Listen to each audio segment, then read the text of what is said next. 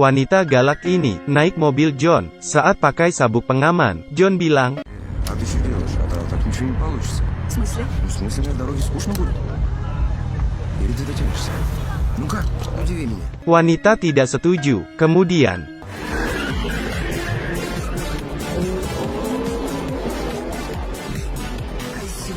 seberapa bajingan John berhenti untuk ngebut. Dia tidak panik sama sekali. Keluarkan setumpuk uang, lempar ke wajah polisi. Tapi polisi lalu lintas ingin menghentikannya. John tidak peduli, langsung ke polisi, naik kap mesin, menginjak pedal gas, terbang sepanjang jalan. John tak patuh hukum, lalu tertangkap. Ini adalah bulannya. Ditahan untuk kesekian kalinya. Masuk penjara seperti pulang kampung. Ayah kaya pertama kali. Cepat ke kantor polisi. Disambut langsung oleh pimpinan. Buka pintu, lihat dia. Negosiasi persyaratan dengan orang kaya. Ладно, хорошо. Сейчас мы его отмажем, все закроем, оплатишь лечение. Компенсацию, естественно. Orang kaya sangat tidak berdaya untuk mengeluarkan anaknya. Dia telah membayar renovasi kantor polisi. Semuanya telah ditingkatkan kepada setiap anggota staf. Mengubah komputer. Bahkan serif pun malu. John dibawa pulang oleh ayahnya. Tidak peduli, ayahnya sudah lelah dengan John. Hampir meledak. Pada suatu malam, John membawa gadis seksi keluar dari motel. Temukan diri sendiri lari. Diseret pergi. Dia mengejar. Barusan masuk hutong. John pingsan. Tunggu dia bangun. Temukan diri pakai kain. Berbaring di kabin bobrok. Dia bertanya tanpa sadar. Di mana ponselku? Juga memakai kain lap. Huang Mao tampak bingung. Apa itu ponsel? Seorang pria yang galak dan kuat bergegas masuk. Hanya diam. Keluarkan John dari rumah Kai. Lemparkan ke rumput, pukul dan tendang. Keluarkan cambuk panjang. Untuk memberinya kegembiraan. Seorang lelaki tua dengan pakaian mewah. Menempatkan kekejaman ini benar. Kata budakku. Aku penguasa. Jika kalian bilang pukul, apakah langsung pukul? Так, дай-ка ему раз. Orang tua suruh John, cepat bawa kudanya kemari. Jika tidak, dia akan dihukum. John tidak marah. Bagaimana dia menderita keluhan ini? Dengan marah bilang, seandainya ayahku tahu, kalian semua akan mati. Huang Mao menatapnya dengan simpati. Apakah Anda keluar dari pikiran Anda? John merasa aneh. Melarikan diri, lari dan panggil polisi. Dia sadar semua orang di sekitarnya pakai baju zaman dulu. Dia senagat heran. Kenapa masih ada beruang? John dikembalikan penduduk desa. Benar-benar gila. Apakah aku kembali ke masa lalu? Почему вокруг все такое стрёмное? Где самолеты, машины, интернет? Penduduk desa tak mengerti yang dia katakan. Apa itu internet? Bisakah kamu makan? Karena belum selesai. Tugas menarik kuda. John dikirim ke tiang gantungan. Ikat tali di leher. Langsung takut. Untungnya, wanita yang baik hati. Tiba tepat waktu. John diampuni. Langsung merosot ke tanah.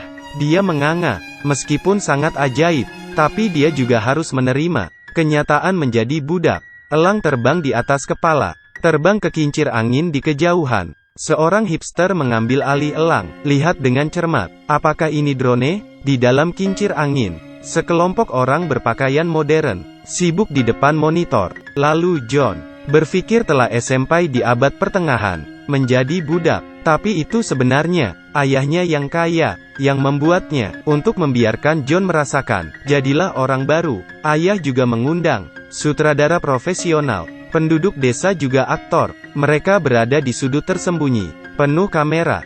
John benar berpikir bahwa dia sendirian, menjadi budak. Hari ini, dia diinjak-injak, mengalami berbagai pemukulan. Dia dulu mendominasi, tidak lagi dibutuhkan, penuh keinginan untuk bertahan hidup. Tapi meski begitu, John masih tetap brengsek.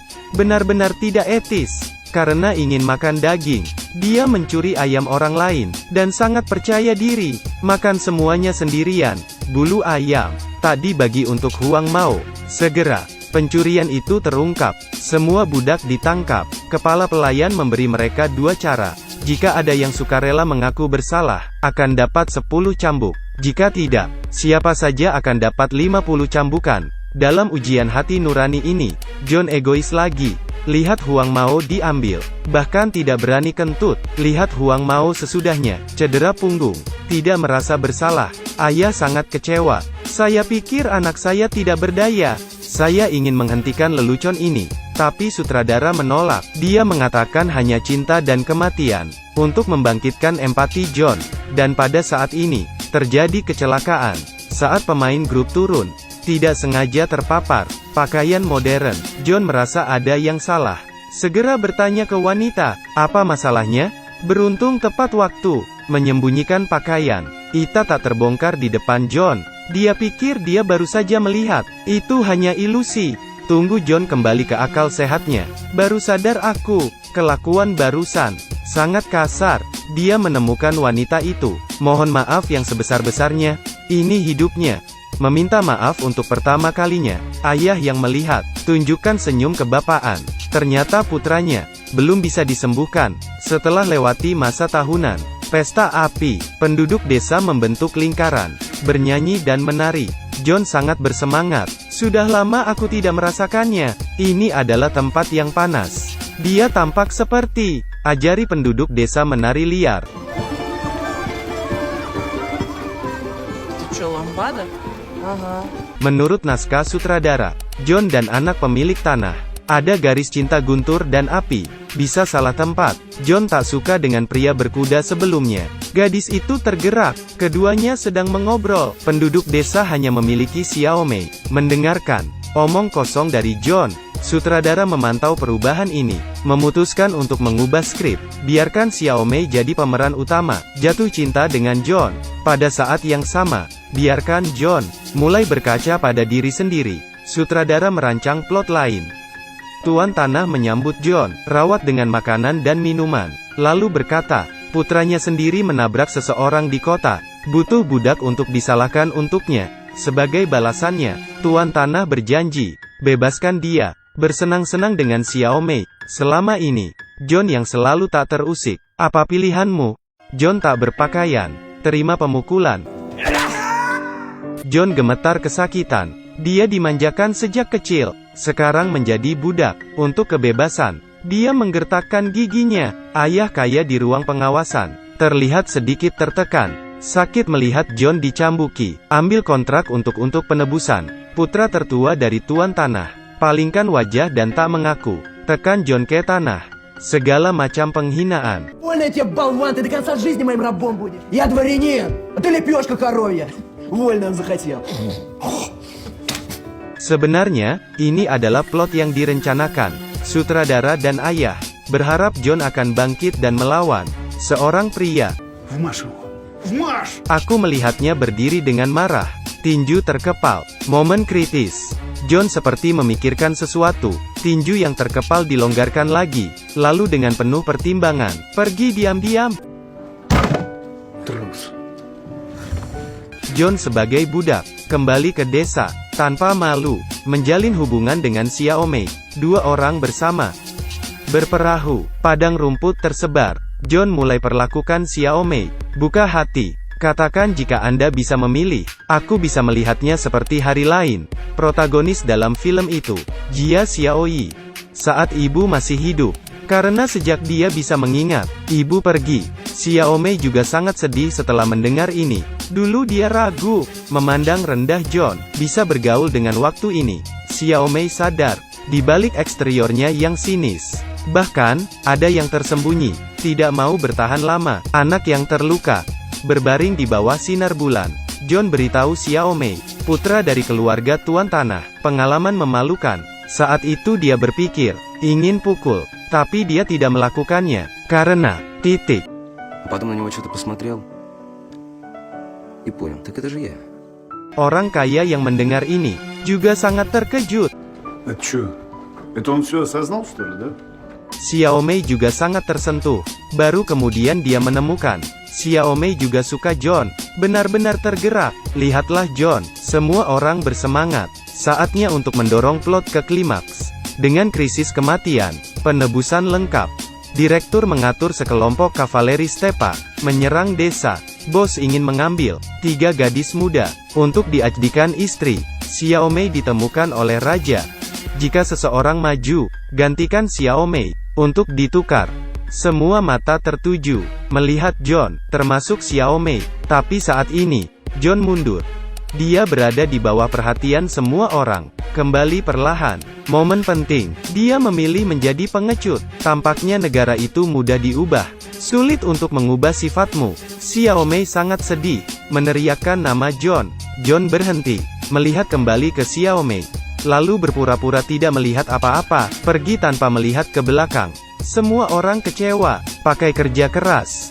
John masihlah John yang sama, tapi sutradara selalu menatap layar. Dia memilih untuk percaya pada John. John berdiri di Manei, peristiwa masa lalu terpancar di matanya. Hal konyol yang dia lakukan, waktu yang dihabiskan bersama Xiaomei, saat-saat indah. Dia takut mati, tapi lebih menakutkan, dia menemukan dirinya sendiri, tidak pernah hidup dengan baik. John menoleh dan melirik, mata secara bertahap menjadi tegas. Berikutnya, dia menunggang kuda putih, membawa tongkat, seperti pahlawan, buru-buru ke Xiaomei, jauhi dia. John dengan berani, melawan penjajah, tarik ke belakang. Dua kuda berlari kencang, melalui padang rumput, melalui hutan, secara tidak sadar, kabur dari lokasi syuting, datang ke pom bensin. John tercengang, aku kembali ke masa depan lagi? Orang-orang di pom bensin tercengang. Вам 95-й или вы на газу? Pada saat ini, John ditembak dengan senjata anestesi, pingsan. Папа, где? Ты в больнице, сынок. Все хорошо. Что? Что произошло? Ты был в коме. Ты что, ничего не помнишь? В коме? Ты вышел из клуба, побежал за эвакуатором, и тебя сбила машина. На 3 месяца боролись за твою жизнь. А как же? Деревня? А где Лиза? Какая деревня, сынок, какая Лиза? John yang kembali ke kehidupan lampau, seperti mimpi. Bangun tidur masih sangat terharu.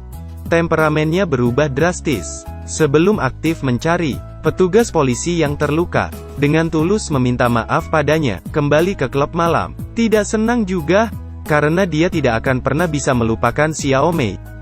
Dia melihat dua sosok yang dikenalnya, itu untuk bermain yang tertua, dan dua aktor tuan muda tertua. Keduanya kaget. John yang terlihat seperti ini, mengatakan yang sebenarnya padanya, dan keberadaan Xiaomei. Akhir dari cerita, John menemukan Xiaomei. Keduanya melanjutkan hubungan mereka. Dia juga mengerti, kerja keras ayah. Bilang maaf ke ayahnya, ucapkan terima kasih lagi. Jiang San sudah berubah, kesulitan bergerak, sulit untuk mengubah seseorang. Tapi jika ada cinta, mengubah, akan terjadi dengan tenang.